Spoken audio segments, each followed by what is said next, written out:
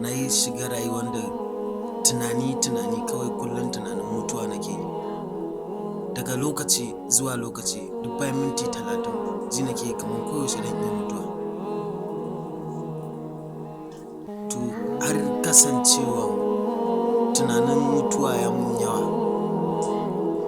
jiya da daddare na kwanta bacci, na yi mafarki gari ya waye ni ban fito ba, kowa ya fito a cikin yan uwana. Mahaifiyana tana cewa ita ko sallan asuba bata ji na fito ba, lafiya kuwa a duba ɗakina. Aka buga ban tashi ba, ban kuma yi ƙoƙarin fitowa ba. Aka ɓalla ƙofar ɗakina, aka shigo aka ganni ina kwance. To sai na tashi na yi gefe haka, ina kallon mamana, na ce mata, mama gani ina miki magana amma ba ta ji na. Sai da ta yaya mayafin da nake kwance a kai, sai na kalli wani mai kama da ni sak, da ni da shi ba ma raba, babu abin da ya raba mu. Abin ya bani mamaki, kawai sai na ji mahaifiyana ta fashe da kuka, ta sa salati, tana cewa inna lillahi wa inna ilaihi raji'un. A zo a kalla, na mutu na bar duniya. Hankali ne ya tashi, ina ce mata gani nan ina mata magana. Yan uwana suna shigowa, duk wanda ya kai na in na masa magana sai in ga baya ji na, sai wannan wanda yake kwance akan gadona mai kama da ni din. Aka ɗauke shi aka fito da shi, ni ma na biyo su waje ina kallon ikon Allah. Abokanai na suna ta shigowa, ana ta cika, duk wani aboki na wanda na hau kansa na ce masa wane, sai in ji yayi shiru baya ji na. Hankali na yana da tashi. Aka siyo likkafani, aka miyo, aka masa wanka. Ina kallon shi, idansa na rufe, baya son kallo na. Hankali ne yana tashi.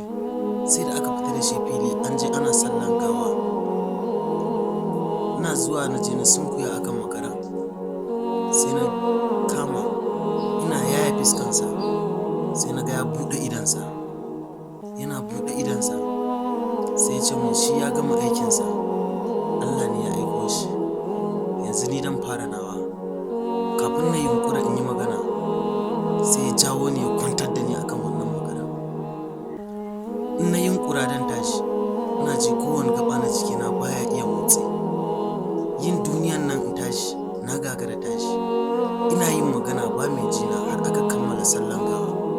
Aka ɗauka ana tafiya, ina cewa ina ji wannan na kwancen ya tashi ni ya kwantar, amma babu mai saurara na.